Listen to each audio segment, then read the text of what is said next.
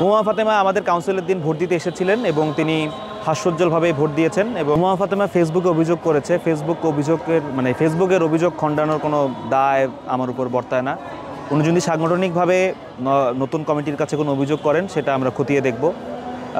আর উনি বলছেন যে উনি পদত্যাগ করেছেন, আসলে উনি পদত্যাগ করেননি।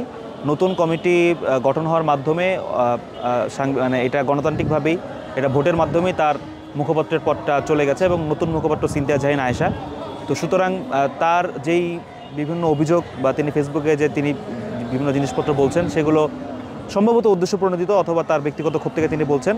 সাংগঠনিকভাবে এগুলোর কোনো উত্তর আমরা দিচ্ছি না, কারণ এই জুলাই মাস শুরু হয়ে গেছে আজকে এবং এখানে আমাদের অনেক কাজ। পুরো জুলাই মাসে আমাদের এই সংগঠনকে নতুন করে নবপর্যায়ে নতুন করে সুসংহত করা লাগবে।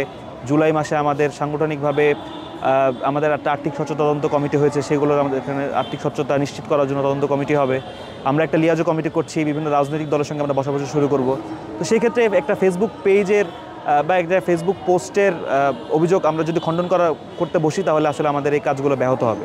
সুতরাং আমরা তার অভিযোগ সেভাবে আমলে নিচ্ছি না এবং তিনি যদি সাংগঠনিকভাবে কোনো অভিযোগ করেন লিখিতভাবে সেটা আমরা খতিয়ে দেখার চেষ্টা করি। হুমা ফাতেমা আমাদের কাউন্সিলের দিন ভোট দিতে এসেছিলেন এবং তিনি হাস্যোজ্জ্বলভাবে ভোট দিয়েছেন এবং তিনি ভোট দেওয়ার পরে তার যারা সহকর্মী ছিলেন তাদের সঙ্গে তিনি হাস্যোজ্জ্বল অবস্থায় ছিলেন।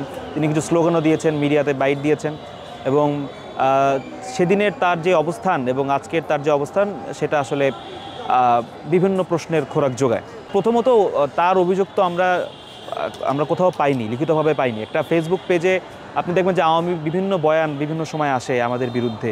আমি যদি ফেসবুক পোস্টের অভিযোগগুলো খণ্ডন করতে শুরু করি তাহলে তো আমি আমার কাজ করতে পারবো না। তো সেভাবে উনি যদি, আমি একটু আগে যেটা বললাম, উনি যদি সাংগঠনিকভাবে কোনো লিখিত অভিযোগ দায়ের করে সেটা আমরা অবশ্যই আমলে নেব এবং সেখানে আমাদের যদি কোনো কিছু সংস্কারের প্রয়োজন থাকে সেগুলো আমরা কাজ করব।